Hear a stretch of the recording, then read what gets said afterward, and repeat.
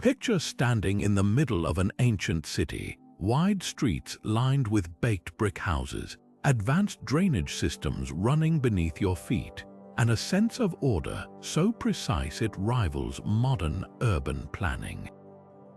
Now imagine that this city thrived over 4,000 years ago, part of a sprawling civilization that once dominated the Indus Valley region, only to vanish without leaving behind the answers we so desperately seek. What happened to these people? Why did their cities, so meticulously designed, suddenly fall into silence? And perhaps most tantalizing of all, what secrets are still hidden beneath these ruins, waiting to be uncovered? Welcome to the enigma of the Indus Valley Civilization, a society so advanced for its time that it continues to stump historians and archaeologists today. Flourishing between roughly 2600 and 1900 BCE, this ancient culture boasted innovations that were centuries ahead of their neighbors' grid-patterned cities, standardized weights and measures, even early forms of water management that wouldn't be matched for millennia. Yet for all their brilliance, they left behind no grand monuments, no deciphered records, no clear explanation for their decline. Just fragments of a puzzle scattered across what is now Pakistan and northwest India, whispering tantalizing hints of a story we're still piecing together. In this journey, we're diving deep into 25 of the most puzzling mysteries surrounding this lost civilization. From their strange, still undeciphered script, a language that's defied translation despite over a century of effort, to the eerie absence of any evidence pointing to warfare or kingship, the Indus Valley people challenge everything we think we know about early societies. Were they a peaceful utopia, or is there something darker lurking beneath the surface? How did they achieve such architectural precision without the tools we'd expect? And why did their cities, once teeming with life, suddenly empty out? Strap in, because we're about to explore questions that have baffled experts for generations and might just rewrite history as we know it. The most tantalizing mystery of the Indus Valley Civilization isn't buried beneath the ruins, it's etched onto thousands of small stone seals, pottery fragments, and copper tablets. A script consisting of over 400 unique symbols, some resembling human figures, fish, even strange geometric patterns. Yet after more than a century of study, no one has cracked its code. Unlike Egyptian hieroglyphs or Mesopotamian cuneiform, which were deciphered using bilingual inscriptions like the Rosetta Stone, the Indus script stands stubbornly silent. Most inscriptions are frustratingly short, just 4 or 5 symbols at a time, leading some scholars to argue it might not be a full language at all, but a system of proto-writing, perhaps used for trade or religious purposes. Imagine holding one of these palm-sized seals, carved with a bull and a row of cryptic symbols. Was it a king's name, a merchant's mark, a prayer? The lack of lengthy texts makes it nearly impossible to apply the techniques that unlocked other ancient languages. Some researchers have tried statistical analysis, noting patterns that suggest linguistic structure, while others point to similarities with later scripts in the region, like the Dravidian languages of South India. But without a eureka moment, a bilingual inscription or a long enough passage to reveal grammar, the symbols remain as mysterious as the civilization that created them.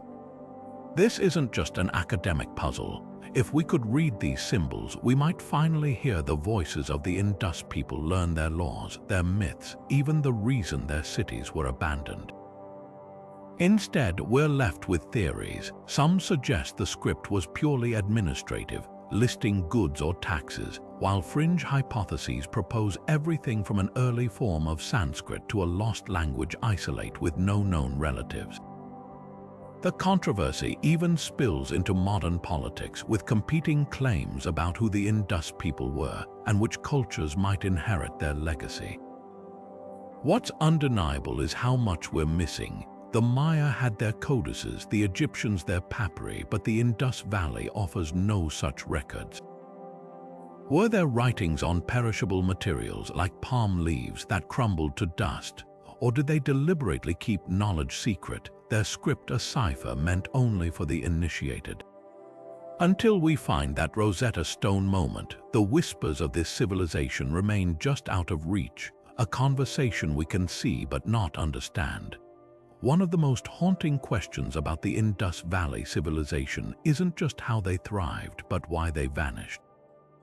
Around 1900 BC, their meticulously planned cities, which had stood for centuries, began emptying out.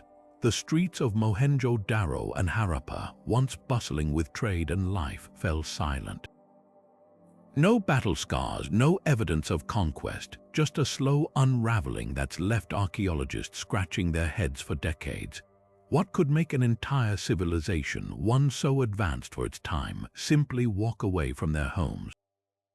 The leading theory points to climate change, a shift so drastic it turned life-sustaining rivers into dust. The Gagga-Hakra river system, once thought to be the mythical Saraswati mentioned in ancient texts, may have dried up due to shifting monsoons or tectonic activity. Recent geological studies show layers of silt in the region suddenly replaced by sand around this time, suggesting catastrophic drought. Imagine entire cities built around water, their agriculture and trade networks dependent on it, watching their lifeline disappear year after year. Without crops, without trade, even the most sophisticated society would crumble. But there's another, more controversial idea that's been debunked yet still lingers in popular imagination: the Aryan invasion theory. Early 20th century scholars proposed that nomadic warriors from Central Asia swept through the region, destroying Indus cities. The problem: there's zero archaeological evidence, no mass graves, no burned layers, no sudden cultural break. Genetic studies of modern populations also show no clear trace of such an invasion. The theory says more about colonial-era biases than ancient history, yet it persists in some circles, a reminder of how easily narratives can overshadow facts. Then there's the Earth itself. The Indus Valley sits in a seismically active zone, and some researchers point to evidence of massive earthquakes. At Mohenjo Daro, there are walls that appear tilted, as if shaken by tremendous force. Could a series of quakes have disrupted water supplies, shattered infrastructure, and forced people to abandon their homes? It's a compelling idea, but like the other theories, it's incomplete, a piece of the puzzle, not the full picture. What makes their disappearance so chilling is how familiar it feels. A civilization undone by environmental shifts, resource depletion, and perhaps internal strife sound like any modern anxiety. The parallels are hard to ignore. The Indus people didn't just vanish overnight. Their decline was likely a slow unraveling, a series of crises they couldn't adapt to quickly enough. And that's the real lesson buried in their ruins. No society, no matter how advanced, is immune to collapse when the foundations start to crack. Walking through the ruins of Mohenjo Daro, you'd expect to find towering temples or grand altars. After all, this was a civilization that built with precision, from their grid-patterned streets to their advanced sewage systems. Yet unlike their contemporaries in Mesopotamia and Egypt, where ziggurats and pyramids dominated the skyline as homes for gods and kings, the Indus Valley cities reveal no obvious religious structures. No massive statues of deities, no inscriptions praising divine rulers, not even clear evidence of priesthoods. This absence is one of the most striking mysteries of the Indus people, a society that seemingly thrived without the kind of centralized, monumental religion that defined other ancient cultures. Take Mesopotamia, where every major city revolved around a ziggurat, a step temple complex where priests mediated between humans and gods. Or Egypt, where pharaohs built colossal temples to proclaim their divine connection. In contrast, the largest structure in Mohenjo Daro is the so-called Great Bath, a carefully constructed brick pool lined with bitumen to prevent leaks, surrounded by small rooms. Was this a ritual site for purification ceremonies, a communal space for social or spiritual gatherings? The answer isn't clear. Unlike the vivid murals of Egyptian tombs or the cuneiform hymns of Mesopotamia, the Great Bath offers no inscriptions or artwork to explain its purpose. It stands as an elegant enigma, hinting at a spirituality that valued water and cleanliness but left no dogma behind. Some scholars argue that the Indus people's religion might have been decentralized, less about grand temples and more about household rituals. Hundreds of small clay figurines, especially of women with exaggerated features, have been found in domestic spaces. Were these mother goddesses, fertility symbols, or simply toys? Without texts to explain them, we're left guessing. Others suggest that any major religious structures could have been built from wood or other perishable materials, leaving no trace after 4,000 years. After all, if their script was written on palm leaves or cloth, as some suspect, why not their sacred spaces? Then there's the possibility that we're looking for the wrong thing entirely. What if their temples weren't buildings at all, but natural features, rivers, trees, or fire pits, places where rituals happened in the open air? The Indus Valley's urban planning suggests a deep reverence for order, but their spirituality might have been fluid, woven into daily life rather than confined to monumental architecture. This absence forces us to reconsider what religion even looked like in the ancient world. We're so accustomed to equating piety with pyramids and idol worship that a civilization without obvious temples seems almost heretical. But maybe the Indus people didn't need stone monuments to express their beliefs. Maybe their spirituality was in the way they organized their cities, the care they took with water, the seals they carried with cryptic symbols. Until we decipher their script or uncover new evidence, their sacred world remains as silent as their ruins, a reminder that the divine can wear many faces, some of which leave no stone unturned. Stretching across more than 1 million square kilometers from the edges of Afghanistan to western India, the cities of the Indus Valley Civilization shared something extraordinary, an almost obsessive uniformity. Walk through Mohenjo Daro in the south or Rakhigarhi in the north, and you'd find the same standardized bricks, their dimensions locked into a perfect ratio of 4:2:1. The same carefully planned streets laid out in precise grid patterns. Even the weights used for trade, carved from stone, followed an exact system across hundreds of miles. This consistency is staggering for a civilization that left no evidence of emperors, conquests, or centralized control. No grand palaces, no towering statues of kings, not even clear signs of an army. So how did they pull it off? Were they ruled by a hidden merchant elite, or was this a society that simply didn't need tyrants to thrive? Take those bricks, for example. Every major Indus city used the same dimensions, baked to perfection in kilns that must have followed strict guidelines. Archaeologists have calculated that a single brick from Harappan would fit seamlessly into a wall in distant Dolavera, like pieces of a puzzle crafted centuries apart. Compare that to ancient Egypt, where pharaohs enforced standardization through top-down decrees, or Mesopotamia, where rival city-states constantly tweaked their styles. The Indus people achieved uniformity without leaving behind the usual markers of authoritarian rule. Some researchers suggest this points to a soft power governance, perhaps councils of merchants or guilds who agreed on standards to streamline trade. Imagine a network of city elders meeting periodically, not to impose laws by force, but to align their practices for mutual benefit. A Bronze Age trade federation, quietly revolutionary in its collaboration. Then there's the mystery of the weights. Dig anywhere in the Indus realm, and you'll find identical cubical stone weights multiplying in a perfect decimal system. 1 unit, 4 units, 8 units, and so on. Even more striking, these weights match those found in Mesopotamia, suggesting the Indus traders weren't just standardized among themselves. They calibrated their commerce with foreign civilizations too. This wasn't chaos slowly coalescing into order. This was a society that sprang into existence already speaking the same logistical language. But the most tantalizing clue to their unity might lie in a single artifact, the Dolavera signboard. Discovered in the ruins of a city gate, this massive arrangement of 10 Indus script symbols, each nearly 40 centimeters tall, was carved into a white gypsum backdrop. Unlike the tiny seals found elsewhere, this was public writing meant to be seen. Was it a proclamation, a city's name, a shared motto?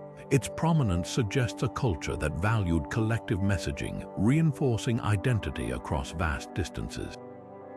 If the Indus script was primarily used for trade labels, why invest in such a monumental display unless it served a broader, unifying purpose? The controversy here cuts to the heart of how we understand ancient societies. We're so accustomed to equating civilization with hierarchy, pyramids built by pharaohs, ziggurats climbed by priests, that the Indus Valley feels almost anarchic by comparison. No clear rulers, yet no chaos, no armies, yet no evidence of invasion. Could they have been a rare experiment in bottom-up organization, where shared economic interests replaced the need for crowns and thrones? Or does their uniformity hint at a centralized authority we simply haven't uncovered yet, one that left no stone monuments but wielded influence through subtler means? What's undeniable is how radically they challenge our assumptions. 4,000 years ago, while other cultures were erecting monuments to gods and kings, the Indus people were perfecting something far more modern. A network of cities that spoke the same architectural language, not because they were forced to, but because it made sense. In a world where ancient power usually shouts, the Indus Valley's genius might be that it chose to whisper. Among the thousands of Indus Valley artifacts, one tiny seal, no larger than a postage stamp, has sparked more debate than perhaps any other. Carved from steatite around 4,000 years ago, it depicts a cross-legged figure seated in what looks unmistakably like a yogic pose, horns curving from their head, surrounded by 4 animals: a rhino, a buffalo, an elephant, and a tiger. To modern eyes, the resemblance to later Hindu depictions of Shiva as Pashupati, Lord of Beasts, is startling. But is this connection real, or are we seeing what we want to see? The so-called Pashupati seal is a Rorschach test for archaeologists, revealing as much about our own biases as it does about the Indus people. Some scholars argue this is the earliest known representation of a proto-Shiva, a deity who would evolve over millennia into one of Hinduism's most revered gods. The figure's posture mirrors the meditative asanas seen in later yogic traditions, while the animals echo Shiva's role as a protector of the natural world. Even the apparent horns could foreshadow Shiva's crescent moon headdress. If true, this would push the origins of Hindu iconography back by over 2,000 years, suggesting an unbroken thread of spirituality stretching from the Indus Valley to modern India. But others urge caution. Without accompanying text, how can we be sure this figure is divine at all? Could it represent a shaman mid-ritual or even a high-status hunter? The horns might signify a headdress worn by tribal leaders, not a god. And why assume continuity when so much of Indus culture, their cities, their script, their trade networks, vanished so completely? The gap between their decline and the earliest Hindu texts is vast, leaving room for other influences to reshape religion in the region. The animals add another layer of mystery. In later Hindu art, specific creatures often symbolize cosmic directions or spiritual concepts, but the seal's menagerie doesn't map neatly onto those traditions. The rhino, for instance, holds no clear symbolic meaning in later periods, while the tiger's prominence might reflect local ecology rather than mythology. Could this be a snapshot of a forgotten belief system, one where wild beasts were guardians or ancestors rather than divine attributes? Then there's the posture itself.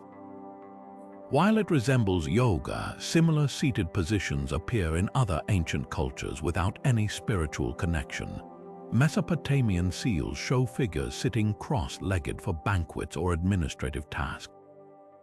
Even if the figure is meditating, does that automatically make it a god, or could it be a revered teacher or healer? the Indus people left no manuals, no scripture, just this silent, solitary image open to endless interpretation.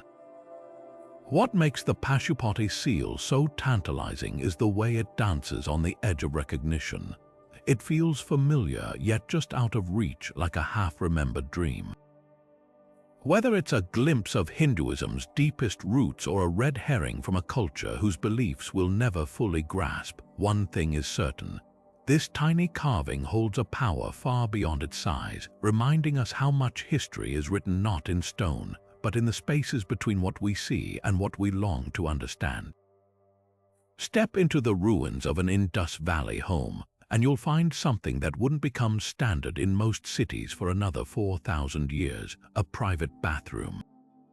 Not just a corner with a pot, but a carefully constructed brick floor, a drainage pipe connecting to the street, and in some cases, even a seated toilet with a water flush mechanism.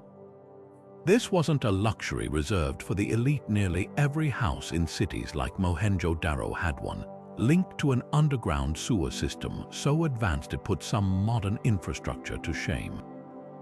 Covered channels ran beneath the streets, fitted with inspection holes for maintenance, all sloping precisely to keep waste flowing away from homes. How did a Bronze Age civilization develop sanitation technology that Europe wouldn't match until the 19th century? And why did this knowledge vanish so completely after their decline? The engineering behind these systems reveals a society obsessed with order and hygiene. Each neighborhood had its own network of drains, all feeding into larger mains that emptied outside the city walls. The bricks lining the sewers were sealed with bitumen to prevent leaks, and sedimentation tanks were installed to trap solids before water reached the streets. Even the house gutters were designed with curves to slow water flow, preventing erosion. This wasn't just functional, it was meticulous, suggesting a cultural priority we rarely associate with ancient urban life. Were these innovations purely practical, meant to control disease in densely packed cities, or did cleanliness hold deeper, ritual significance for the Indus people? Compare this to contemporary civilizations. In Mesopotamia, waste often emptied into open streets or cesspits, while Egypt's grandeur focused on temples, not sewage. The Minoans on Crete had rudimentary drainage, but nothing as comprehensive or widespread as the Indus valleys. What's even more baffling is the regression that followed. When these cities were abandoned, the concept of urban sanitation seemed to disappear from the region for centuries. Later Indian texts like the Artha Shastra would describe elaborate bathing rituals, but the technological mastery of the Indus era, the pipes, the covered drains, the flushing toilets wouldn't re-emerge until the Industrial Revolution. This raises a haunting question: was their sanitation system too advanced for its time? Maintaining such infrastructure requires coordination, resources, and collective discipline. Without a central authority enforcing standards, no evidence of which exists in the ruins, how did ordinary citizens keep these systems functioning? Some researchers speculate that hygiene was woven into their social fabric, enforced not by rulers but by shared cultural norms. Imagine a society where keeping your drain clear was as natural as tending your hearth, where public health wasn't a government mandate but a communal responsibility. Then there's the spiritual angle. Later South Asian religions would link purity and pollution to both physical and moral states, with elaborate rituals for cleansing. Could the Indus people have pioneered this connection, viewing sanitation not just as engineering but as sacred duty? The Great Bath at Mohenjo Daro, with its precise construction and apparent ritual use, hints that water held ceremonial significance. Perhaps their sewers weren't just about waste disposal, they were part of a broader cosmology, a way to maintain balance between the human and divine. The true tragedy lies in what was lost. When the Indus cities fell, their sanitation knowledge evaporated like the rivers that once sustained them. Europe would endure plagues from overcrowded, filth-ridden streets for millennia before rediscovering what this civilization had perfected. That's the enduring mystery of their drains, not just how they built them, but why no one else thought to or managed to for so long. In their bricks and bitumen lies a challenge to our assumptions about progress, a reminder that innovation isn't always linear and that even the most brilliant ideas can vanish into the dust. Buried in the salty marshes of Gujarat near India's western coast lies one of the most perplexing sights of the Indus Valley Civilization, the ancient port city of Lothal. Unlike the inland giants of Mohenjo Daro and Harappan, Lothal was built for the sea, with a massive rectangular basin at its heart that archaeologists have debated for decades. Is this the world's oldest known tidal dockyard, a carefully engineered harbor designed to harness the rhythms of the ocean, or just an oversized water tank, as skeptics argue? The answer could rewrite our understanding of how far the Indus people's influence truly reached. The basin's design is uncanny. Measuring roughly 215 meters long and 36 meters wide, its walls are lined with baked bricks and fitted with a sluice gate, a mechanism to control water flow during high and low tides. Hydraulic studies show the structure would have allowed ships to enter during high tide, unload goods, and depart safely without grounding. Nearby workshops churned out carnelian beads, ivory combs, and copper tools, while seals traced to Mesopotamia suggest goods from Lothal traveled as far as modern-day Iraq and Bahrain. But here's the catch: despite this evidence of maritime trade, not a single Indus ship has ever been found. No wrecks, no paintings, not even a model.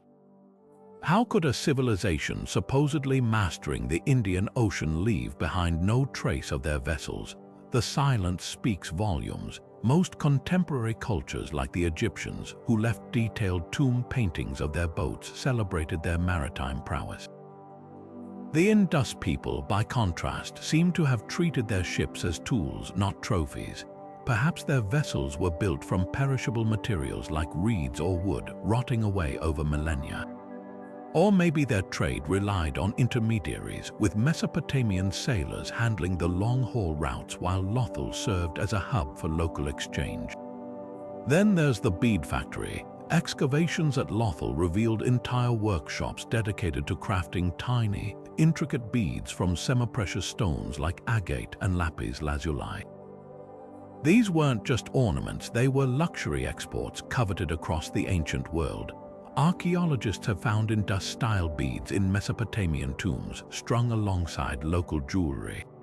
The precision drilling required to make them, some with holes thinner than a millimeter, suggests specialized tools we haven't yet uncovered.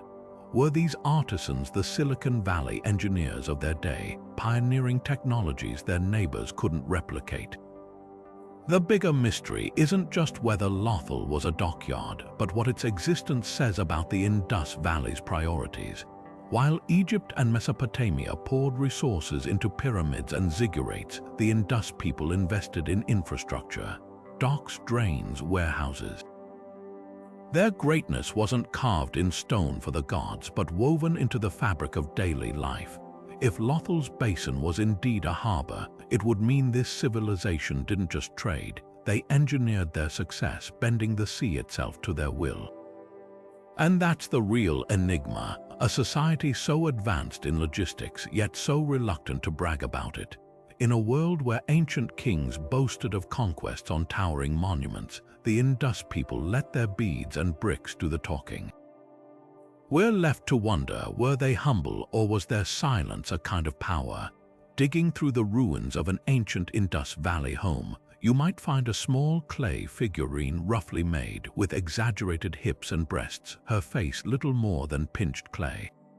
Now picture another artifact, this one from a museum display. A bronze dancer, barely 10 centimeters tall, her slender limbs frozen mid-motion, one hand cocked defiantly on her hip. These two objects, one mass-produced in terracotta, the other a rare metal masterpiece, represent one of the most divisive puzzles of the Indus Valley Civilization. Were these figurines sacred symbols of a matriarchal society, ritual objects for fertility cults, or simply toys for children? And why, in a civilization that left behind thousands of artifacts, do we see so few images of warriors or kings, yet so many of women? The terracotta mother goddess figurines are everywhere in Indus sites, hundreds of them, crudely molded, often found in domestic spaces like kitchens or courtyards. Their exaggerated features, wide hips, prominent breasts, sometimes even visible genitalia, suggest a focus on fertility, leading early archaeologists to label them as evidence of a widespread goddess cult. Some scholars take this further, arguing that their sheer numbers hint at a matriarchal or matrilineal society where women held spiritual or social power. But there's a problem. Without inscriptions or context, how do we know these weren't just dolls? Ancient children didn't leave behind diaries explaining their playthings, and similar figures in other cultures have turned out to be everything from votive offerings to good luck charms. Then there's the bronze dancing girl, discovered in Mohenjo Daro, a figure so stylistically different from the terracotta crowd that she seems to belong to another world. Cast using the lost wax method, her confident posture and detailed ornaments, bangles stacked up her arm, a necklace draped across her chest, speak of artistry reserved for the elite. Unlike the mother goddess figurines, she wasn't found in a home but in what appears to be a public space, near what might have been a temple or marketplace. Is she a depiction of a real person, a performer, a priestess, or even a deity? Or is she proof that Indus artists could produce naturalistic art when they chose to, abandoning abstraction for fleeting moments of realism? The contrast between these two types of figurines raises deeper questions about Indus society. Why the dichotomy between mass-produced clay and rare metal? Was it a class divide, household rituals for the common people, refined art for the powerful? Or do the terracotta figures represent a folk tradition, while the dancing girl reflects a cosmopolitan elite influenced by trade contacts? The mystery deepens when you consider what's missing. While Mesopotamian cities boasted statues of kings smiting enemies, and Egyptian tombs glorified pharaohs as gods, the Indus Valley has yielded almost no clear imagery of rulers or warriors.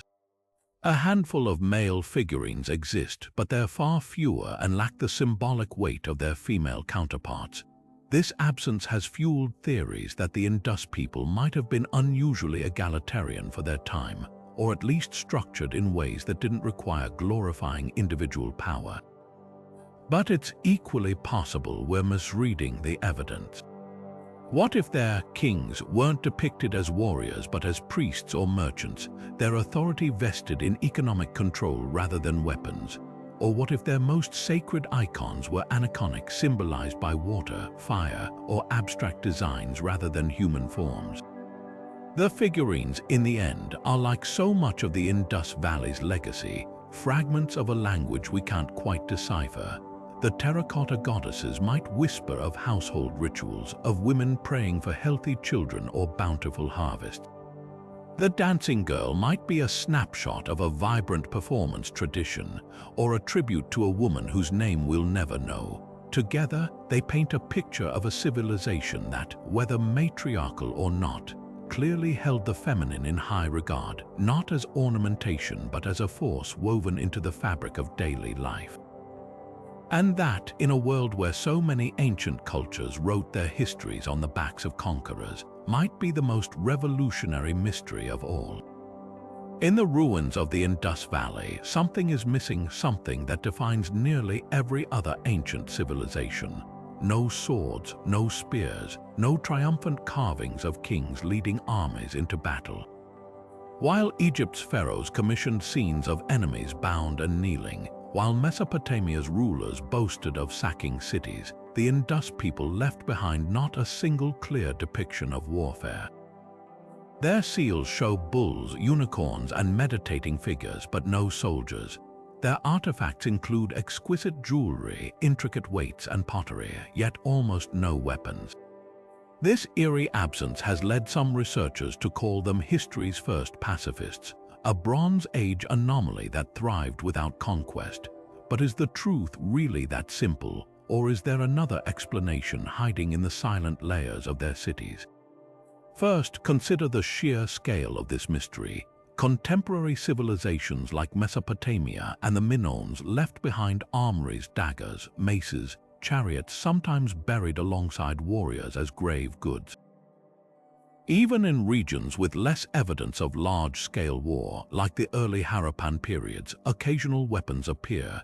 Yet in the entire Indus Valley, spanning over 1,000 years and countless excavations, only a handful of copper spearheads and sling pellets have ever been found. No armor, no fortifications beyond city walls that might have been flood barriers, no mass graves with signs of violent trauma. It's as if warfare simply wasn't part of their cultural vocabulary.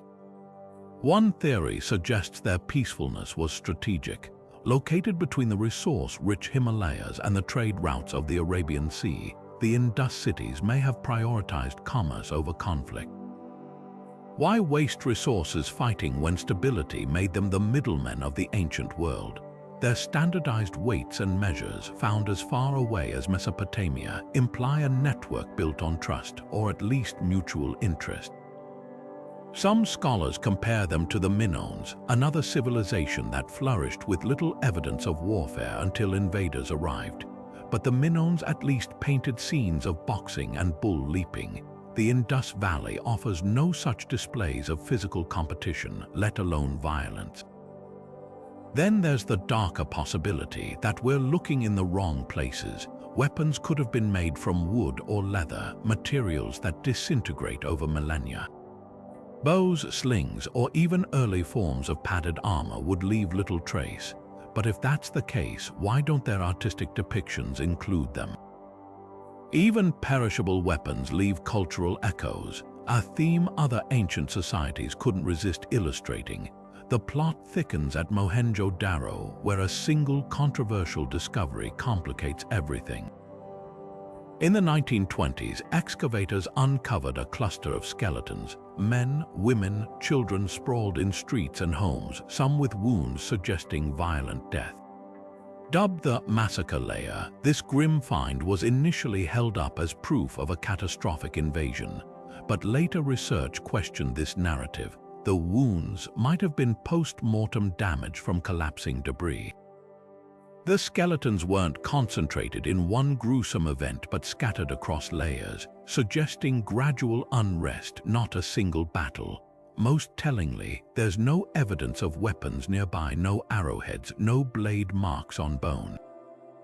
If this was violence, it was chaotic, not militarized. Perhaps the most radical explanation is that the Indus people didn't glorify war because they didn't need to. Unlike Egypt or Mesopotamia, where rulers used military imagery to legitimize power, their authority, if it existed at all, might have been economic or spiritual. Their cities thrived on standardization, not subjugation. Could a society this organized have resolved conflicts through trade, diplomacy, or shared ritual instead of bloodshed? The silence is deafening. 4,000 years later, we're left with a civilization that challenges our deepest assumptions. That ancient societies were forged in fire, that human progress demands conquest. The Indus Valley whispers another possibility, that for a fleeting moment somewhere in the Bronze Age, an entire culture chose a different path. Whether that path was peaceful by design or simply by circumstance, we may never know. But its legacy lingers, not in shattered swords, but in the quiet dignity of bricks laid without boast and cities built without kings. At the heart of Mohenjo Daro stands a structure so precisely engineered it defies the expectations of its time, the Great Bath. This rectangular pool, measuring roughly 12 meters long and 7 meters wide, isn't just a hole in the ground. Its floor and walls are lined with tightly fitted bricks, sealed with a thick layer of bitumen, a natural tar so effective it kept water from seeping through for over 4,000 years. Surrounding it are corridors, small rooms, and a sophisticated drainage system that would make modern architects nod in respect. But what was this space truly? For a sacred pool for ritual cleansings, a communal hub where elites gathered, or perhaps something even more unexpected, an ancient precursor to the swimming pool designed for leisure in a civilization we rarely associate with recreation. Though waterproofing alone is a marvel, bitumen imported from distant regions wasn't just slapped on, it was applied with precision, creating a seamless barrier. This wasn't a one-off experiment, it was a technology mastered. Nearby, smaller baths in private homes used the same technique, suggesting a cultural obsession with controlling water. But the Great Bath scale sets it apart. Steps lead down into the pool from opposite ends, hinting at ceremonial use. Was this where priests performed ablutions, mirroring later traditions in Hinduism and Jainism? Or was it a stage for public rituals, its waters symbolizing purity in a society that built entire cities around the idea of order? Then there's the alignment. Recent studies suggest the bath might have been oriented to celestial events, perhaps tracking the solstices or lunar cycles. If true, it would place the structure in a league with Stonehenge or the pyramids, not as a tomb or monument, but as a living, functional space tied to the cosmos. Imagine standing at its edge during dawn on the longest day of the year, watching sunlight ripple across the water in a way the builders engineered millennia ago. But here's the twist: for all its grandeur, the Great Bath lacks the explicit religious iconography we'd expect. No carvings of deities, no altars, no inscriptions dedicating it to a god. Its spiritual significance, if it had any, was silent, woven into the architecture itself. This absence forces us to reconsider what sacred space even meant to the Indus people. Maybe their rituals didn't need idols or temples, just water, precision, and the sky overhead. The debate over its purpose reflects our own biases. Early archaeologists steeped in colonial-era ideas leaped to label it a ritual tank, projecting later Hindu practices onto the past. Modern scholars push back, noting that elite baths in other ancient cultures like Rome's later Thermae were as much about socializing as sanctity. Could the Great Bath have been both? A place where commerce, politics, and spirituality flowed together, literally and figuratively. What's undeniable is its legacy. Long after the Indus cities emptied, the concept of sacred water persisted in South Asia, from the stepwells of Rajasthan to the Ghats of Varanasi. The Great Bath might be the earliest known chapter in that story, a testament to a civilization that saw water not just as a resource, but as a bridge between the earthly and the divine. And that's the real mystery, not how they built it, but why, and what secrets still ripple beneath its silent surface. Among the thousands of artifacts left behind by the Indus Valley people, one motif appears so frequently it can't be ignored: a strange, stocky creature with a single curved horn, standing proudly on hundreds of small stone seals. At first glance, it looks like a unicorn, but this isn't the graceful, horse-like beast of European legends. This animal has the body of a bull, the posture of a deity, and an enigmatic object hovering before it, often described as a ritual stand or incense burner. What's baffling isn't just its mythical appearance, but its sheer dominance in Indus art. Nearly half of all seals found depict this creature, overshadowing real animals like elephants, tigers, and rhinos that also feature in their artwork. So why were the Indus people obsessed with this hybrid beast? Was it a sacred symbol, a clan emblem, or something even more profound? The mystery starts with the creature's design.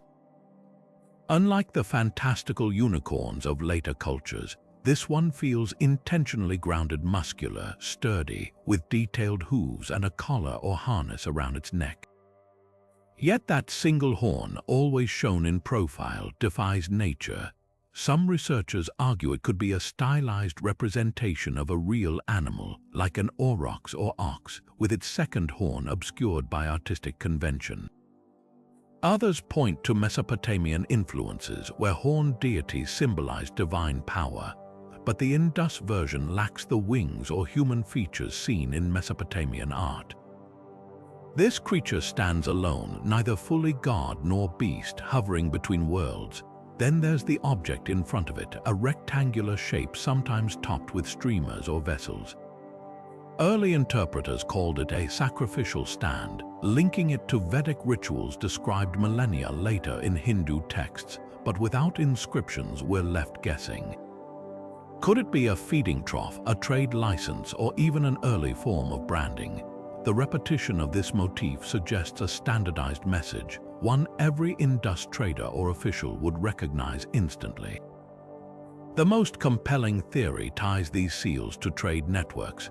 Unlike royal seals from Egypt or Mesopotamia, which glorified kings, Indus seals focus on animals and symbols. The unicorn might have represented a specific merchant guild, its image functioning like a corporate logo today. Imagine a crate of goods arriving in Mesopotamia stamped with this seal, a mark of quality, origin, or even contractual terms. The uniformity of the design across vast distances supports this idea. But if that's true, why include the ceremonial stand? Unless the economic and spiritual were inseparable in their worldview, commerce itself sanctified by ritual. Alternatively, the creature could embody a myth lost to time. Later Indian epics brim with hybrid beings, Nandi the bull, Shiva's mount, or even the unicorn like Erawan of Hindu-Buddhist lore. Could the Indus unicorn be an early prototype of these deities, a symbol of fertility or protection? The absence of temples makes it hard to confirm, but the seal's prevalence in every major city hints at a shared belief system. What's most striking is what these seals don't show. Unlike other ancient cultures that depicted battles, processions, or kings, the Indus people seemed fixated on this quiet, solitary creature. No scenes of conquest, no human rulers, just an animal that may never have existed, repeated with reverence across centuries. In that repetition lies a clue to their values, a civilization that found meaning not in domination, but in symbols that resonated deeply enough to outlast them. The unicorn seals don't just taunt us with their mystery, they remind us how much history is written not in facts, but in the spaces between what we see and what we're left to imagine. Buried beneath the dust of Mohenjo Daro, Harappan, and other Indus Valley cities lies a mathematical marvel so precise it rivals modern engineering standards, their stone weights. Not random chunks of rock, but meticulously crafted cubes and spheres, each following an exact ratio. Pick up a weight from Lothal, a coastal city nearly 800 kilometers from Harappan, and it would balance perfectly with its counterpart in the northern metropolis. This wasn't just consistency, it was a flawless binary system, multiplying in increments of 1, 2, 4, 8, 16, and so on, up to a staggering 12,800 units. How did a Bronze Age civilization achieve such mathematical harmony across vast distances? And why does this silent standardization defy everything we know about ancient trade and governance? The sheer precision is staggering. Archaeologists have catalogued thousands of these weights, all carved from durable stone like chert or limestone, their edges smooth to perfection. The smallest unit weighs around 0.875 grams, roughly the mass of a grain of wheat, while the largest tips the scales at over 11 kilograms. But it's the progression between them that reveals true genius. Each weight doubles the last, creating a sequence that mirrors modern binary systems used in computing today. A merchant in Dolavera could measure out 8 units of grain, knowing a trader in distant Rakhigar he used the same standard. This wasn't just practical, it was revolutionary, eliminating haggling over measures and streamlining commerce across an empire the size of modern Pakistan and India combined. What's even more baffling is the absence of a weight police. Unlike Egypt, where pharaohs enforced standards through decrees, or Mesopotamia, where temples regulated trade, the Indus Valley shows no evidence of a central authority imposing these rules. No palaces, no grand administrative buildings, just a network of cities that somehow agreed on perfect uniformity. Some researchers propose this points to a society governed by merchant guilds or councils, where economic cooperation replaced top-down control. Imagine traveling salesmen in the Bronze Age, gathering in bustling market squares to agree on measures that would last millennia. Others suggest the weights themselves were sacred, their ratios tied to cosmic or ritual significance, making deviation unthinkable.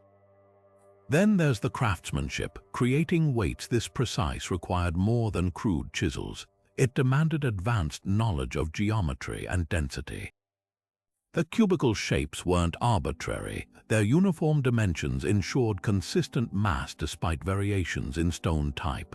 Some weights even show signs of calibration, tiny chips or adjustments made to perfect their measure. This level of attention implies a society that didn't just value accuracy but revered it, treating metrology as both science and art. The mystery deepens when you compare their system to contemporaries. Mesopotamians used a mix of standards, with different city-states favoring different units. The Egyptians relied on the Deben, a weight that fluctuated over time. Yet the Indus people maintained their binary system for centuries without drift. Was this brilliance or necessity? Some argue their trade networks demanded it. Seals from Mesopotamia bearing Indus motifs prove their goods traveled far, and precise weights would grease the wheels of foreign deals. Others see a cultural fingerprint, a numerical philosophy embedded in their worldview. But here's the haunting question: how did they enforce it? Without written records, we can't know if cheating carried penalties or if peer pressure kept traders honest. Perhaps the weights were more than tools, they were symbols of trust, their perfection a silent contract between strangers. In a world where empires rose and fell by the sword, the Indus Valley's legacy might be subtler, a civilization that mastered harmony not through force but through numbers. And those numbers, etched in stone, still speak volumes across 4,000 years, if we're willing to listen. Scattered across the plains of what is now Punjab, the graves of Cemetery H tell a story unlike anything found in the heyday of the Indus Valley Civilization. These post-collapse burials, dating to around 1900 BCE, reveal a practice that would have shocked the meticulous city dwellers of Mohenjo Daro: bodies partially burned, bones painted with vibrant red ochre, and potsherds bearing strange new symbols. Some skeletons rest in lavish graves with copper ornaments and beads, while others lie in simple pits with nothing but a shroud. This stark divide, coupled with eerie artistic shifts, has fueled a century of debate. Are these the tombs of invading Aryans, a surviving pocket of Indus people adapting to collapse, or something else entirely? The name Cemetery H itself is a relic of colonial archaeology, assigned during early 20th century excavations near Harappan, but the discoveries there shattered expectations. Unlike the Indus Valley's earlier burials, orderly interments with pottery and tools placed carefully beside the deceased, these graves showed signs of cremation. Not the full burning scene in later Hindu traditions, but a partial exposure to fire, leaving some bones charred while others remained intact. The practice feels like a bridge between worlds, as if the living were experimenting with new ways to honor the dead during turbulent times. Then there's the pottery. Gone are the geometric precision and animal motifs of classic Indus ware. Instead, vessels are painted with stark, almost surreal imagery, birds with human faces, sunbursts, and processions of stick-figure mourners. It's as if the collapse of urban life unleashed a flood of new symbols, raw and unfiltered. Theories about who created these graves split into three camps. The oldest, rooted in colonial-era scholarship, insists these are the remains of Indo-Aryan invaders, horse-riding warriors from the steppes who supposedly overran the declining Indus cities. Proponents point to parallels between Cemetery H rituals and those described in the Rig Veda, an ancient Indian text that mentions fire sacrifices and ochre-painted bones. But here's the problem: there's no evidence of violence in the graves themselves. No weapons buried with warriors, no mass graves suggesting conquest. Even genetic studies of skeletal remains show continuity with earlier Indus populations, not a sudden influx of foreign DNA. A second theory argues this was simply the next chapter for the Indus people themselves. As cities failed, perhaps survivors migrated north, blending their traditions with those of pastoralists in the Punjab region. The two-tier burial system, some graves rich with goods, others nearly bare, might reflect a society reorganizing along new class lines. In Mohenjo-Daro's prime, wealth differences were subtle. In Cemetery H, they're glaring. Could this be the birth of the Varna system, the precursor to India's later caste hierarchy? The most provocative idea comes from archaeologists who see Cemetery H not as a break but an evolution. The painted pottery, they argue, isn't alien, it's a direct response to crisis. When the old gods failed to prevent drought and collapse, people created new symbols to make sense of their shattered world. The partial cremations might represent a practical adaptation too. With fewer resources for elaborate burials, burning bodies could have been a way to conserve wood while still honoring the dead. What's undeniable is how these graves capture a moment of profound transformation. Unlike the sudden, apocalyptic ends we imagine for ancient civilizations, Cemetery H shows something more nuanced, a culture not snuffed out but changing shape under pressure. Whether its people were invaders, survivors, or innovators, their graves whisper a truth we often forget. Collapse isn't always an ending. Sometimes it's just the messy, painful birth of something new. And in that messiness, 4,000 years later, we're still scrambling to read the signs. Standing just 10 centimeters tall, the dancing girl of Mohenjo-Daro captures more life in her delicate bronze form than entire galleries of ancient art. Cast around 4,500 years ago using the lost wax technique, a method so advanced most cultures wouldn't master it for another millennium. Her very existence shatters assumptions about early metallurgy. Every curve of her wiry limbs, the defiant tilt of her hip, even the way her right hand rests on her waist with casual confidence, speaks of an artisan who didn't just sculpt metal but breathed movement into it. She wears nothing but bangles stacked from wrist to shoulder, a necklace grazing her collarbone, and what might be a sash low on her hips. No crown, no sacred symbols, just unapologetic humanity frozen in a moment of poised energy. But who was she meant to be? A courtesan mid-performance, a goddess captured in mortal guise, or perhaps something far more revolutionary, a portrait of an actual woman, immortalized not for her divinity but her skill. The sophistication of her creation staggers archaeologists. The lost wax process involved sculpting her form in beeswax, coating it in clay, then firing it to melt the wax and pour molten bronze into the hollow mold. This wasn't primitive trial and error. It demanded precise knowledge of alloy ratios, temperature control, and ventilation to prevent bubbles. Even the bangles, so thin they'd warp if cast separately, were molded directly onto her arms, a detail that hints at workshops staffed by true masters. Yet among the thousands of Indus artifacts, she stands nearly alone. Only a handful of comparable bronze figurines exist, most far cruder, making her either a fluke of preservation or proof that the Indus elite reserved such artistry for rare commissions. Her missing left arm only deepens the intrigue. Broken off cleanly at the elbow, it might have held an offering, a musical instrument, or simply extended in dance. Some scholars connect the pose to later Indian classical dance forms, where the Tribhanga position, a thrice-bent stance, symbolizes fluid grace. If true, she could represent the earliest known depiction of a tradition still alive today. Others note similarities to Mesopotamian votive figurines, suggesting she might have been placed in a temple, perhaps holding a lamp or sacred object. But here's what unsettles conventional wisdom. Unlike those Mesopotamian statues which depict deities or priests with rigid formality, the dancing girl radiates spontaneity.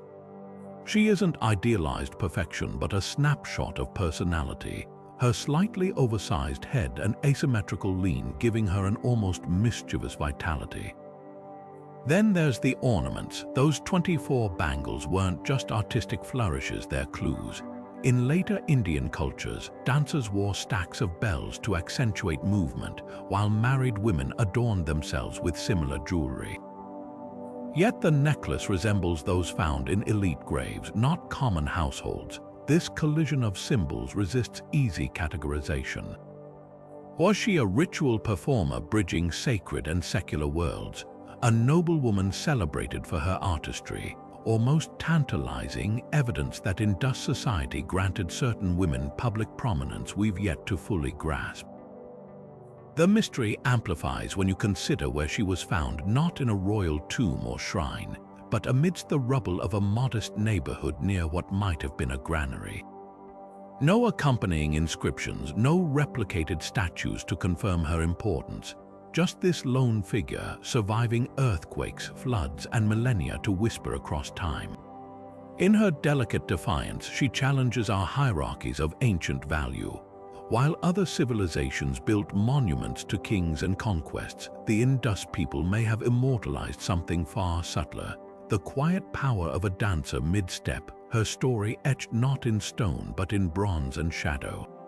At the edge of the Thar Desert, where the Gaga River once flowed, the ruins of Kalibangan hold one of the most enigmatic structures of the Indus Valley, a row of 7 rectangular brick platforms, their surfaces charred black with ancient fire, littered with the remnants of sacrificial offerings. These aren't ordinary hearths, arranged with geometric precision. Each platform features a central pit filled with layers of ash, cattle bones, and in one startling case, the skull of a horned bull.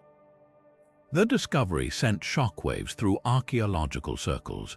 Were these the earliest known fire altars, predating Hindu Vedic rituals by centuries, or something entirely unique to the Indus people, a spiritual practice lost when their cities faded into dust? The parallels to later Hinduism are impossible to ignore. Fire sacrifices, or yajnas, became central to Vedic worship, with priests chanting mantras as offerings of ghee and grain were poured into flames. The Kalibangan altars even bear a striking resemblance to the 3-layer Vedic structures described in ancient texts, their bricks laid in careful tiers. But here's the twist: no other major Indus site has revealed anything like them. While Mohenjo-Daro had its great bath and Harappa its granaries, Kalibangan's fire altars stand alone, as if this city guarded a spiritual secret the others didn't share. Some scholars argue these platforms weren't for grand ceremonies but household rituals. Unlike the towering fire temples of Persia or the communal yajnas of later India, the Kalibangan altars are modest, clustered in what appears to be a residential district. The bones found nearby show careful selection, mostly cattle, a few antelope, none of the random assortment you'd expect from trash pits. This suggests intentional offerings, perhaps by individual families rather than a centralized priesthood. Imagine a scene: a merchant kneels at dawn, lighting a flame in a brick-lined pit, whispering prayers as the scent of burning flesh curls into the desert air. Yet the bull skull complicates things. In later Hinduism, bulls became sacred as Nandi, Shiva's mount, but the Indus people left no statues of horned gods. Was this an early precursor, or did the animal symbolize something else entirely: wealth, fertility, or a clan emblem? The altars themselves add to the puzzle. Unlike Vedic Vedis, which were temporary constructions of piled earth, Kalibangans were permanent, rebuilt and reused over generations. Their longevity hints at a tradition so vital it warranted brick and mortar, not just sand and flame. The most haunting question isn't just what these altars were for, but why they vanished. When later Vedic culture rose, it brought fire worship back with a vengeance, but was this a revival of Indus traditions or a coincidence? Without inscriptions or depictions, we're left staring at ashes, grasping at smoke. The Kalibangan altars don't just blur the line between the Indus world and what came after. They force us to wonder how much of religion is rediscovery and how much is reinvention. And in that silence, the embers of a 4,000-year-old fire still glow, waiting for someone to read their light. The Great Bath wasn't just an engineering marvel, it may have been the heart of a spiritual revolution. Water didn't merely flow through the Indus Valley cities. It was revered, controlled, and integrated into every layer of life. From the carefully constructed wells in private homes to the ritual baths in public spaces, the archaeological record paints a picture of a civilization that didn't just use water but worshipped it. Could this obsession have been born from necessity? As the Ganga-Hakra river system, possibly the mythical Saraswati mentioned in later Hindu texts, began to dry up, did the Indus people elevate water from resource to deity, creating the earliest known water cult? Look closely at the artifacts and the evidence surfaces everywhere. Seal after seal depicts water buffaloes submerged to their necks, fish woven into geometric patterns, even composite creatures that seem part human, part aquatic. One striking seal shows a horned figure standing between two long serpents. Could this be an early prototype of the Hindu Nagas, the river spirits still worshipped today? Even the layout of Mohenjo Daro reinforces this connection. The city's central mound, where the Great Bath dominates, sits higher than surrounding neighborhoods, less a practical flood barrier, perhaps, than a symbolic ascent toward ritual purity. Later Hindu temples would adopt this same principle, placing sanctums on elevated platforms to mimic sacred mountains, but the most compelling clue might be what's missing. While other Bronze Age civilizations depicted their gods as humanoid rulers or celestial beings, the Indus Valley's sacred imagery overwhelmingly features water. No thunder gods hurling lightning, no sun deities riding chariots, just an endless interplay of fish, streams, and the occasional enigmatic figure emerging from liquid depths. This wasn't just decoration, it was a world view where survival and spirituality flowed together. When later Vedic texts described the Saraswati as a mighty river that vanished, leaving only prayers in its wake, are we hearing echoes of the Indus people's trauma? The climate records add grim support to this theory. Sediment cores from the region show catastrophic drying around 1900 BC, just as Indus cities began declining. Wells that had provided for generations turned brackish, then dry. Canals meant to channel life-giving water became graves of mud. In such a crisis, would it be surprising if every drop became sacred? The Great Bath's pristine waters might have represented more than cleanliness. They could have been a desperate plea to forces beyond human control, a way to ritually preserve what was disappearing from the land. This hypothesis upends traditional narratives about religion's origins. We often assume ancient peoples worshipped the sun or stars first, celestial bodies that seemed eternal. But for the Indus Valley, the divine may have been fluid, quite literally. Their gods weren't in the sky but in the earth, in the dwindling rivers that fed their fields and the monsoons that grew increasingly unreliable. When modern Hindus gather at the Ganges for spiritual cleansing, they might be unknowingly recreating rituals first practiced 4 millennia earlier by a people who understood better than most that water isn't just life, it's sacred.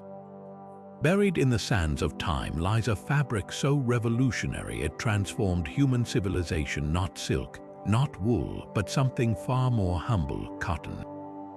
And the first people to master its secrets weren't in Egypt or Mesopotamia, but in the Indus Valley. 4,500 years ago, while others still draped themselves in animal hides or flax, Indus artisans were spinning threads so fine they became legendary across the ancient world. Mesopotamian traders called it Sindhu, naming it after the Indus River, a term that would evolve into Sindon in Greek and eventually cotton in English. This wasn't just a crop, it was their economic lifeblood, a white gold that built their cities and connected them to distant empires. The evidence is woven into the archaeological record. At Mohenjo-Daro, excavators found cotton cloth clinging to a silver vase, preserved by sheer chance. At Harappan, spindle whorls, the tiny weights used to spin thread, litter the ground by the thousands, some so finely balanced they could produce yarn as thin as a spider's silk. But the real testament to their mastery comes from Mesopotamia's own archives. Cuneiform tablets from the city of Ur describe bolts of Sind, cloth so delicate they were translucent, traded alongside lapis lazuli and cedar wood. These weren't rough textiles, they were luxury goods coveted by kings and priests. Imagine a single tunic woven so intricately it could pass through a ring, its fibers breathing in the scorching heat, an ancient marvel lost to time. How did they achieve such finesse? The answer lies in their fields. Indus farmers were the first to domesticate two wild cotton species, Gossypium arboreum and Herbaceum, selectively breeding them over generations for longer, stronger fibers. Their irrigation systems, already feeding wheat and barley, diverted water to cotton plots with precision. Once harvested, the fibers likely underwent a secret softening process, perhaps using mineral or plant-based agents, before master weavers worked them on wooden looms. No examples of these looms survive, but the uniformity of cloth impressions on pottery suggests technology far beyond simple hand spinning. This cotton empire didn't just clothe the Indus Valley, it funded its grandeur. Excavations at Lothal reveal vast warehouses where bales of fabric were stamped with seals before export. Ships laden with cotton cloth likely sailed to Oman and Bahrain, exchanging bolts for copper and tin. The standardized weights found across Indus cities, perfect for measuring bundles of yarn. Even their famed drains might have served dual purposes, flushing away the alkaline waste from cotton processing. Every brick, every canal, every seal points to a society built on the back of this one crop. Yet the most haunting mystery isn't how they made cotton, it's what happened to their techniques. Later Greek historians would marvel at Indian muslins, fabrics so airy they were said to be woven by the wind. Some scholars believe these were the direct descendants of Indus textiles, their methods surviving orally long after the cities fell. Others argue the knowledge vanished completely, leaving later weavers to reinvent the craft from scratch. The truth might lie in the climate. As the Gaga-Hakra River dried up, cotton fields turned to dust, and with them, the economic engine that sustained this revolution. Today, when you slip on a cotton shirt, you're wearing the legacy of a civilization that saw potential in a wild plant's fluffy balls. The Indus people didn't just wear cotton, they turned it into currency, art, and a bridge between continents.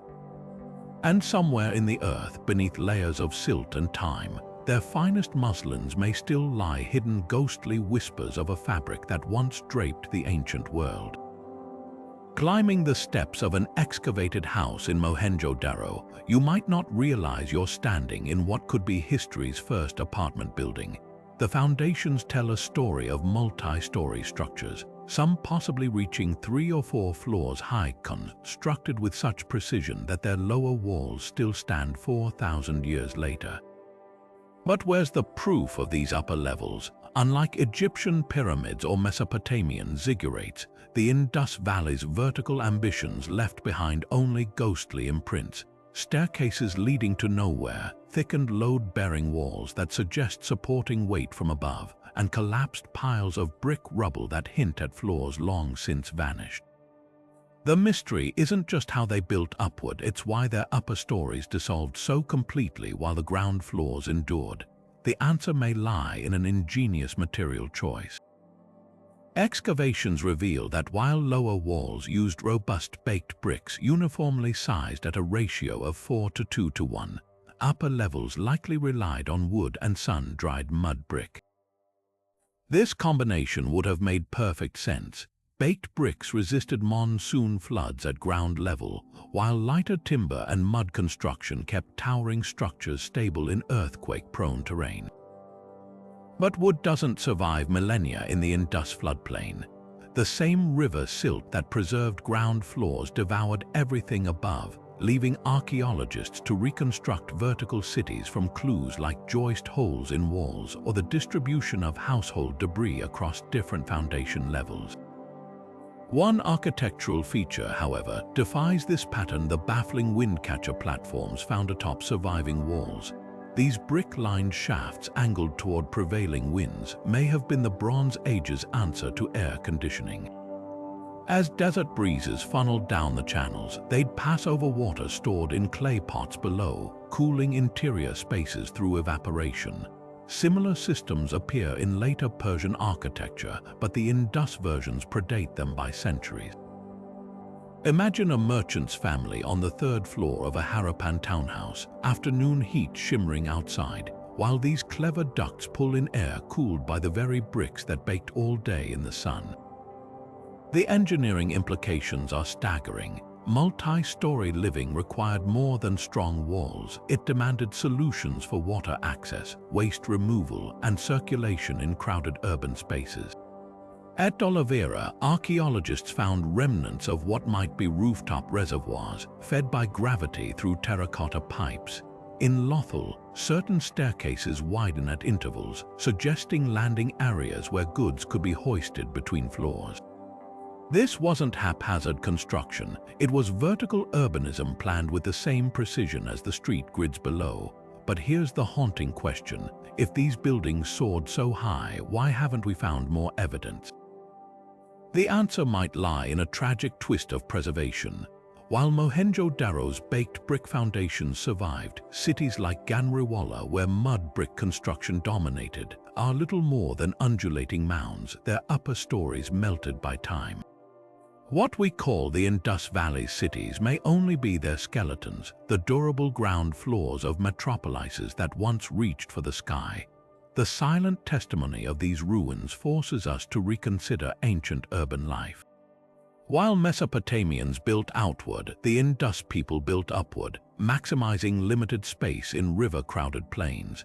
Their missing floors aren't an absence, they're an invitation to imagine a skyline lost to centuries, where families slept under palm thatch roofs and wind catchers hummed with evening breezes, long before the first skyscraper scraped the clouds. Along the muddy shores of what is now Pakistan's Balakot, archaeologists uncovered something astonishing: not grand temples or gold, but mountains of shattered shells.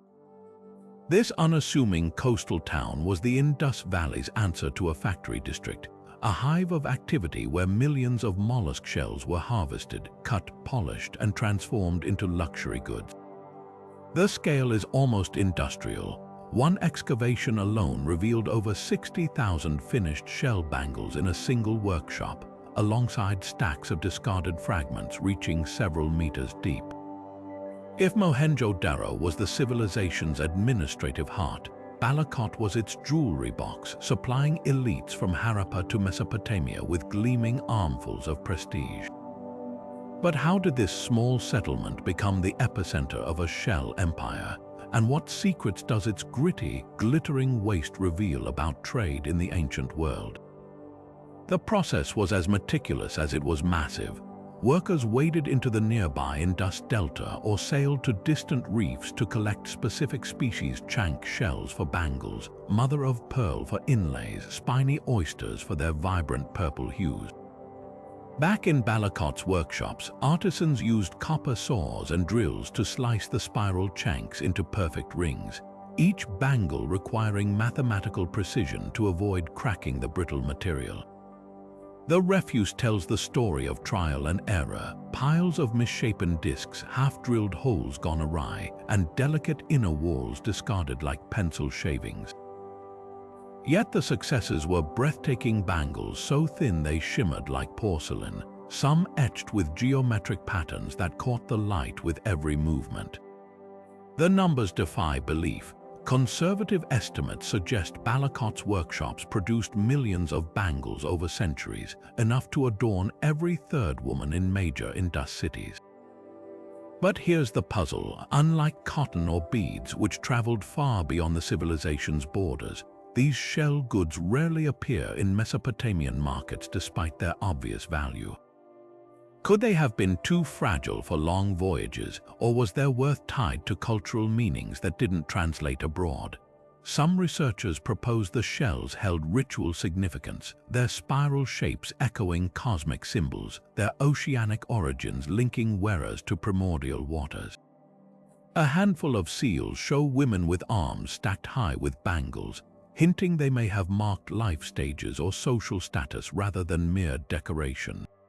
The true marvel lies in the logistics. Balakot's shell industry required more than skilled artisans. It demanded an unseen army of divers, sailors, and traders moving raw materials across treacherous waters. The town itself had no grand infrastructure, no wide streets for carts, no massive storage facilities, yet it functioned like a just-in-time supply chain, with shells flowing in and finished goods flowing out with eerie efficiency. This wasn't cottage industry, it was proto-globalization, a node in a network stretching from the Arabian Sea to the Himalayan foothills. Today, walking Balakot's excavated lanes, you can still spot flecks of nacre glinting in the dirt, the last whispers of an economy built on tides and patience. In those fragments lies a lesson the Indus people understood better than most. That value isn't always measured in gold or grandeur. Sometimes it's etched into the curve of a shell, waiting for the right hands to set it free.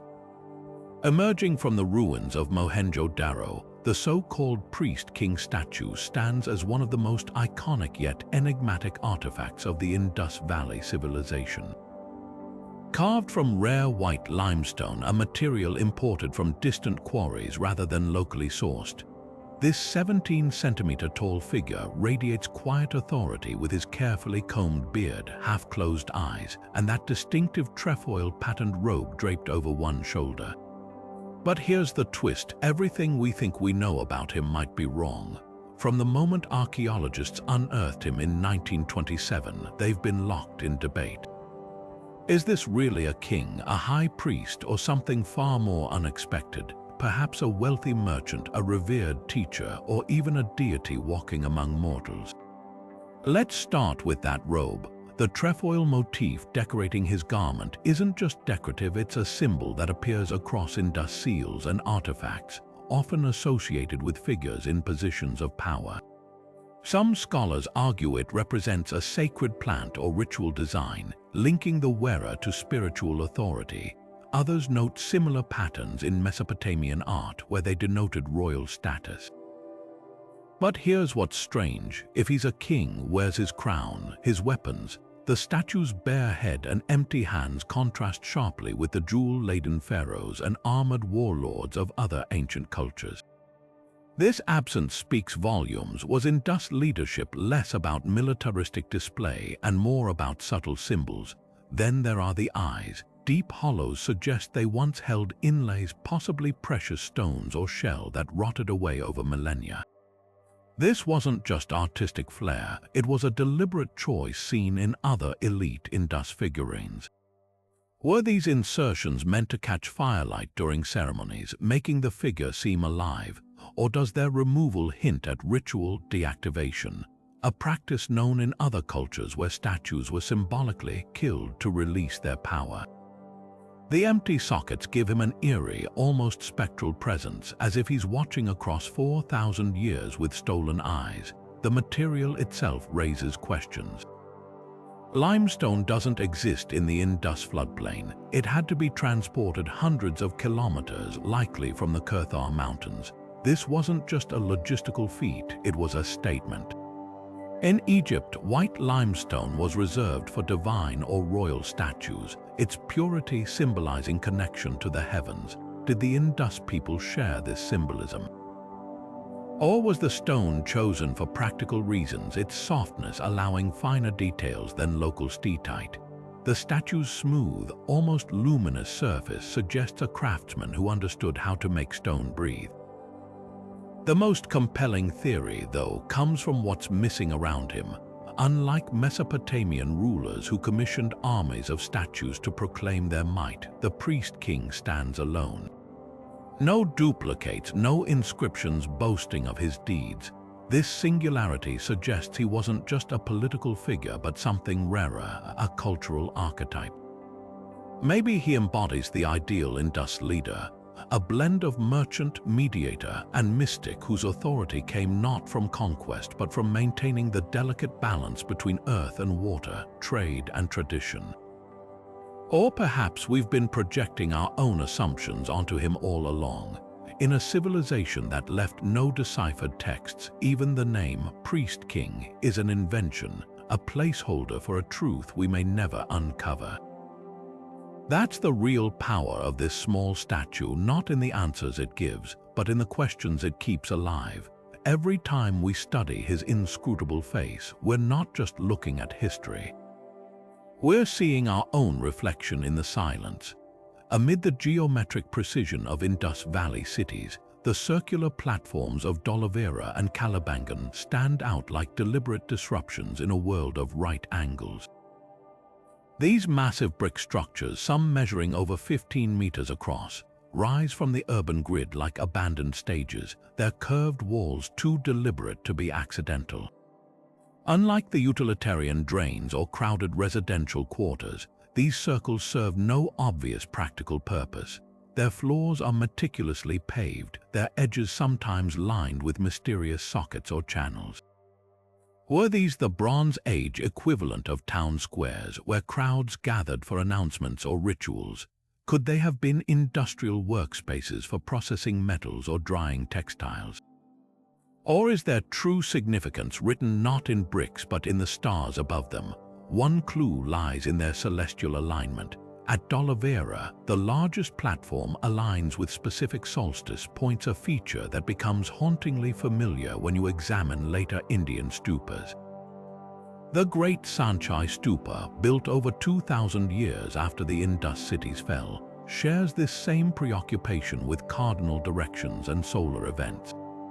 Both structures employ concentric circular designs, both elevate rituals above the mundane, and both seem designed to harmonize human activity with cosmic rhythms. The difference: stupas are explicitly religious, while the Indus platforms bear no carvings or artifacts to confirm their spiritual role. This silence fuels debate. Were these the prototypes for a sacred architectural tradition, or simply clever adaptations to track seasons for agriculture? The industrial theory holds its own compelling evidence. At Kalibangan, excavators found one platform surrounded by ash and vitrified material, signs of intense, repeated heat. Similar circular structures in Mesopotamia served as kilns for pottery or metalworking. Indus craftsmen were already producing bronze ornaments and glazed ceramics. Perhaps these spaces were specialized workshops where controlled fires transformed raw materials into trade goods. Yet the platform's careful orientation to celestial events feels too deliberate for purely utilitarian use. Could they have served dual purposes, industrial by day, ceremonial by night? Imagine copper smelters working under the summer sun, then stepping aside at dusk for stargazers charting the monsoon's arrival. Then there's the social angle.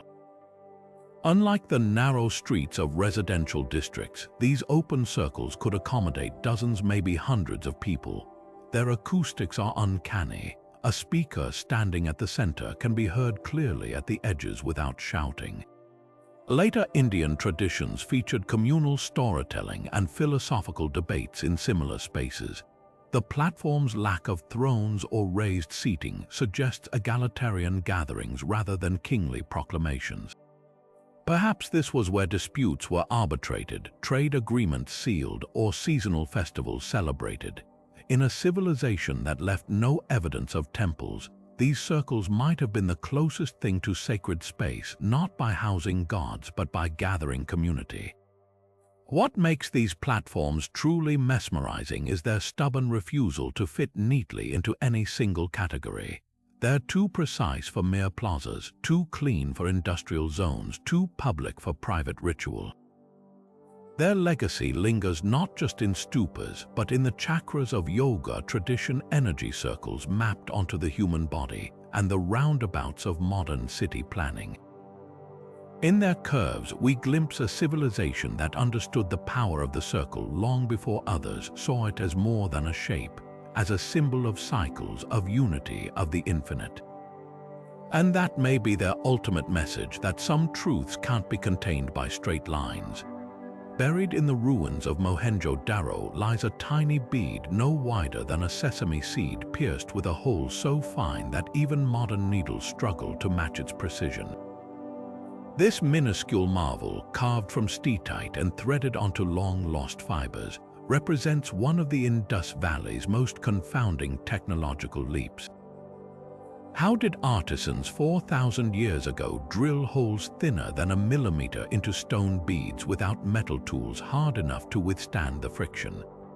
And why, in cities brimming with such exquisite metalwork, bronze dancers, copper mirrors, gold pendants, have archaeologists never uncovered a single large-scale workshop or forge? The steatite microbeads alone defy logic. Under magnification, their perforations reveal smooth, uniform interiors, suggesting specialized drills spinning at high speeds. Some researchers propose the use of diamond-tipped or emerald-tipped borers, stones harder than steatite that could carve through stone without shattering. Others imagine bow-driven drills with copper tips constantly cooled by water or oil, a technique requiring coordination as precise as the beads themselves. Yet these explanations only deepen the mystery. Such tools would demand a level of metallurgical knowledge that should have left behind evidence: crucibles, furnaces, tool fragments, but the Indus Valley yields almost none. The absence of workshops is equally perplexing. At Lothal, excavations uncovered a goldsmith shop with tiny furnaces for alloying metals, but nothing approaching an industrial hub. This scarcity clashes with the civilization's output: bronze figurines cast with the lost wax method, gold foil pressed thin as petals, intricate copper vessels with seamless joins. Mesopotamian records describe Indus traders delivering meluhan copper, a term likely referring to the alloy's legendary quality, yet the factories producing these goods remain ghostly silhouettes in the archaeological record. One provocative theory suggests metalworking was deliberately decentralized, with families or guilds operating small, mobile forges to protect trade secrets. Imagine coppersmiths packing clay furnaces into ox carts, moving between neighborhoods as demand required, leaving few permanent traces. Another possibility cuts deeper: that the Indus people recycled metal so thoroughly that discarded tools were melted down rather than lost to time. A broken bronze chisel might have been reborn as a dancer's necklace, then later reshaped into a seal, leaving no waste behind, a Bronze Age circular economy. The most tantalizing clue comes from an unexpected source: their pottery. At Harappan, kilns reached temperatures exceeding 1,200 degrees Celsius, hot enough to smelt copper and harden steel. Could the same furnaces firing bricks and ceramics have doubled as metalworks? The overlapping skill sets would make sense. Shaping clay and casting metal both demand mastery of heat, timing, and chemistry. Perhaps the Indus people didn't separate their crafts but wove them together, artisans switching between mediums as naturally as breathing. What's lost in this silence isn't just technique but the human stories behind it. The beadmaker squinting in lamplight as her drill hums, the bronze caster whispering incantations over molten metal, the apprentice blowing air into a furnace until his cheeks ache. These moments are gone, surviving only in objects that outlasted empires. The Indus Valley's metalworking mastery whispers of a culture that prized skill over spectacle, leaving behind not boastful inscriptions, but a gold bangle's flawless seam or a bead small enough to vanish in a closed fist. And in those quiet details, the true scale of their genius comes into focus. A Mesopotamian merchant 4,000 years ago might never have set foot in the Indus Valley, but he knew its name.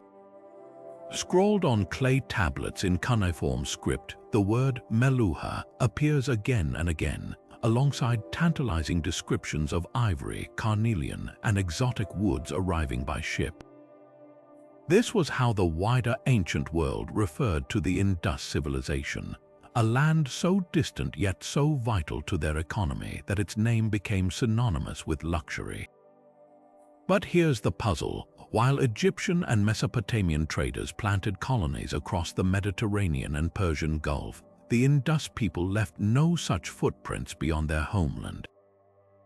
Their influence stretched from the Arabian Sea to the mountains of Afghanistan, yet they seemed content to let their goods do the traveling for them.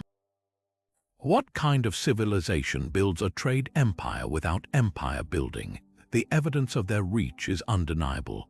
In the ruins of Sumer's glittering capital, archaeologists uncovered Indus-style seals and beads in elite tombs. Oman's coastal settlements yielded pottery fragments chemically matched to clay from Indus kilns. Even distant Bahrain served as a middleman, its markets brimming with Indus cotton and ivory before repackaging them for Mesopotamia. But the most telling artifact might be a single cuneiform receipt from the city of Lagash, recording a delivery of Meluhan carnelian, so vibrant it required special tax exemptions. These weren't occasional exchanges, they were the Bronze Age equivalent of a global supply chain, operating with shocking consistency over centuries. Yet unlike the Phoenicians who salted the Mediterranean with trading posts, or the Greeks who later dotted the Black Sea with colonies, the Indus Valley shows zero evidence of permanent settlements abroad. No Indus temples in Mesopotamia, no Harappan-style neighborhoods in Oman's ports.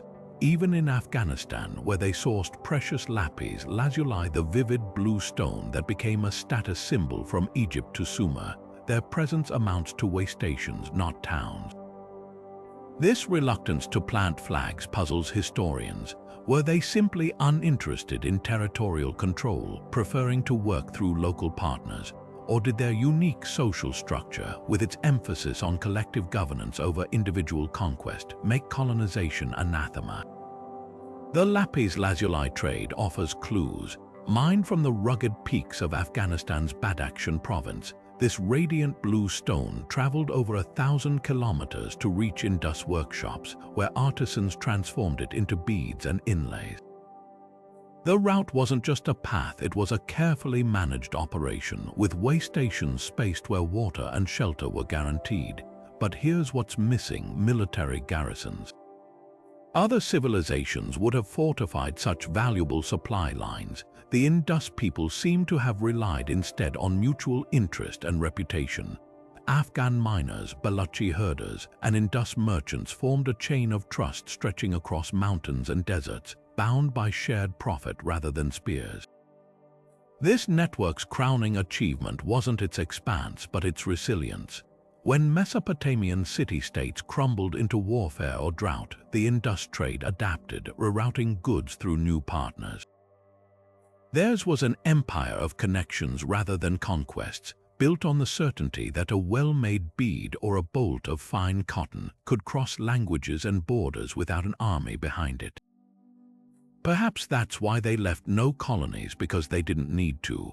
In a world where others sought to possess land, the Indus people mastered something far more enduring: the art of being indispensable. Perched on the edge of the Great Rann of Kutch, where the desert meets the sea, the ruins of Dolavera reveal a hydraulic marvel unmatched in the ancient world. 16 massive reservoirs carved from stone, lined with waterproof lime plaster and strategically placed across the city, could hold an estimated 250,000 gallons of water at their peak. That's enough to fill nearly 400 modern swimming pools, but what's truly astonishing isn't the scale, it's the sophistication. While other Bronze Age civilizations relied on rivers for irrigation, Dolavera's engineers turned monsoons into a precision science, capturing every drop in a labyrinth of channels, check dams, and filtration tanks that functioned like a 4,000-year-old water treatment plant. Walk through the city's ruins today, and you'll trace the ghostly outlines of this system. Stormwater cascaded down cleverly sloped streets, funneled into underground silt traps that filtered debris before feeding the reservoirs. Check dams built from interlocking stones slowed the flow during flash floods, preventing erosion while allowing groundwater recharge. Even the positioning of the reservoirs was strategic. Some nestled against the city walls to cool the stone in scorching summers, others placed near granaries to streamline crop irrigation. This wasn't just engineering, it was hydrological poetry, every element working in harmony with the next. The debate over why they invested so heavily in water storage cuts to the heart of Indus Valley mysteries. Some researchers argue the system was proactive, an urban design choice from the outset, influenced by Dolavera's harsh location on an arid island in the Rann. The city's founders, they suggest, knew survival meant mastering water conservation from day one. Others see a darker narrative written in the stones. Geological studies show the region suffered brutal droughts around 2200 BC, with nearby rivers shrinking to trickles. Could Dolivera's reservoirs have been a desperate response to climate change, a civilization scrambling to adapt as their world dried up? The answer might lie in the system's evolution. Early reservoirs are simpler, smaller, integrated neatly into neighborhoods. Later additions are larger, more fortified, as if built under pressure. One reservoir near the citadel shows signs of emergency expansion. Its walls hastily thickened, perhaps during a prolonged dry spell. Even the famous Dolivera signboard, with its 10 massive Indus script symbols, may hold a clue. Some scholars speculate it was a public water allocation chart, communicating rationing during scarcity. What's undeniable is how radical their approach was compared to contemporaries. Mesopotamians diverted entire rivers into canals. Egyptians depended on the Nile's predictable floods. Dolivera's people treated water as a finite resource to be meticulously tracked and shared. Their system feels eerily modern, a prehistoric lesson in sustainability, complete with sedimentation tanks and flood control berms. When later Indian texts praised kings who built lakes and wells, were they unknowingly echoing a tradition born here, in this desert city where survival depended on outthinking the rain? The haunting question isn't whether Dolivera's water management was brilliant, it's whether it was enough. The same reservoirs that sustained the city for centuries may hold the key to its decline. Sediment cores reveal layers of evaporated salts, suggesting reservoirs turning brackish as freshwater inputs dwindled.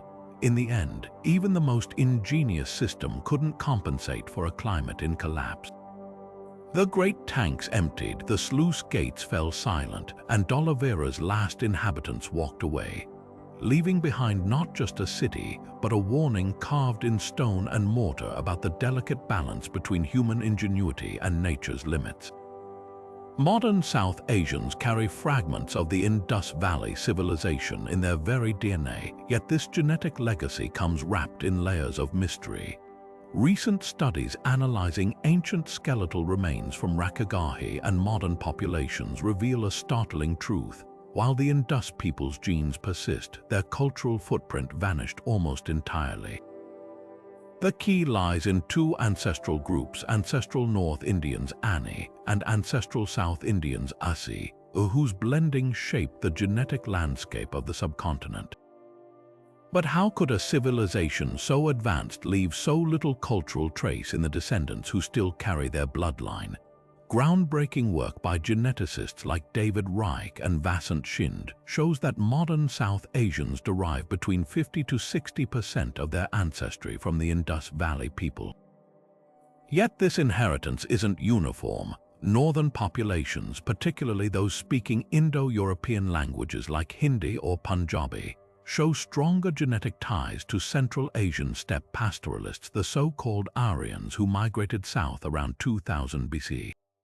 Southern groups, especially Dravidian-speaking communities, retain more Asi heritage, which itself shares deep connections with the earliest Indus farmers. This genetic tapestry suggests a slow, complicated fusion rather than a sudden replacement, waves of migration and intermarriage that reshaped the region's identity over centuries. The real puzzle isn't the mixing itself, but what got lost in the process. Unlike Egypt, where pharaonic gods and hieroglyphs evolved into Coptic traditions, or Mesopotamia, where cuneiform influenced later scripts, the Indus Valley's cultural markers, their script, their urban planning, even their iconic unicorn seals, disappear abruptly. If their genes survived, why didn't their stories? One theory points to climate catastrophe. As droughts crippled their cities, the Indus people likely dispersed into smaller rural communities, their urban traditions eroding without the infrastructure to sustain them. Imagine a merchant from Mohenjo Daro resettling in a village. His children might retain his genetic makeup but lose the intricate trade rituals or water management knowledge that defined his former life. Another possibility is deliberate cultural suppression. Later Vedic texts composed by Indo-Aryan migrants glorify the destruction of poorer, walled cities and the subjugation of local Dasa peoples, possibly referencing the remnants of Indus society. While genetic evidence disproves theories of wholesale population replacement, it's plausible that incoming elites marginalized indigenous traditions, relegating them to folk practices rather than mainstream culture. Some scholars trace echoes of Indus spirituality in Hindu goddess worship or the emphasis on ritual bathing, but these links remain speculative without deciphered texts. The most haunting clue comes from linguistics. The Dravidian languages of South India, Tamil, Telugu, Kannada, show intriguing structural similarities to the undeciphered Indus script, leading some researchers to propose they're distant relatives of the Harappan tongue. Yet even this connection is tenuous, like hearing a faint echo of a forgotten song. The genetic legacy of the Indus people endures, but their voices are silenced, their achievements reduced to fragments buried beneath the weight of time and transformation. In the end, their story is a reminder that DNA alone can't preserve a civilization. Genes may flow through generations like an unbroken river, but culture, the stories, the symbols, the shared meaning is written in sand, washed away by the tides of history unless carefully tended. The Indus people's greatest lesson might be this: survival isn't just about whose blood runs in your veins, but whose memories live in your hands. From meticulously planned cities to a script that remains stubbornly silent, the Indus Valley Civilization continues to defy our understanding of the ancient world. These 25 mysteries paint a portrait of a society that was staggeringly ahead of its time in urban planning, standardized trade, and water management, yet left behind almost no clues about their rulers, their religion, or even their names. Their achievements stand in eerie contrast to their disappearance, like a grand stage play where the actors exited without a bow. What makes their story so compelling isn't just the gaps in our knowledge, but how interconnected those gaps are. Decipher their script, and we might finally hear their voices explaining the purpose of the Great Bath. Uncover the meaning behind their unicorn seals, and we could unravel their economic system. Even something as simple as identifying a single plant depicted on their pottery might reveal what they farmed or worshipped. This civilization challenges our deepest assumptions about how societies evolve. We're accustomed to ancient history written by conquerors and kings, full of battles and towering monuments. The Indus people offer a radical alternative, a thriving Bronze Age culture that may have prioritized commerce over conflict, community over central authority. Their streets whisper of collectivism, their weights and measures speak of cooperation, yet we still don't know what held it all together. Were they a peaceful utopia undone by climate change, or is their harmony an illusion created by our own inability to read their records? The most tantalizing part, we're on the verge of breakthroughs. New technologies like AI-assisted script analysis and satellite imaging are peeling back layers of dirt and time. Every year, fresh excavations from Rakhigarhi to Gujarat add pieces to this 4,000-year-old puzzle. Perhaps the next discovery will be their Rosetta Stone, a bilingual inscription buried somewhere waiting to unlock their language. Or maybe a submerged coastal settlement will emerge from the Arabian Sea, preserving wooden artifacts that crumbled elsewhere. So now we turn to you. Which of these mysteries pulls at your curiosity the most? Is it the dancing girl who defies time with her bronze grace, or the mathematical precision of their stone weights? The haunting uniformity of their bricks, or the eerie absence of weapons? Whatever captures your imagination, dive deeper. Visit a museum, read the latest research, or even explore the ruins yourself. And who knows, maybe by the time we return with more discoveries, you'll have theories of your own to share. The Indus Valley's greatest gift might just be the reminder that history isn't a closed book, but an excavation in progress, with each layer promising new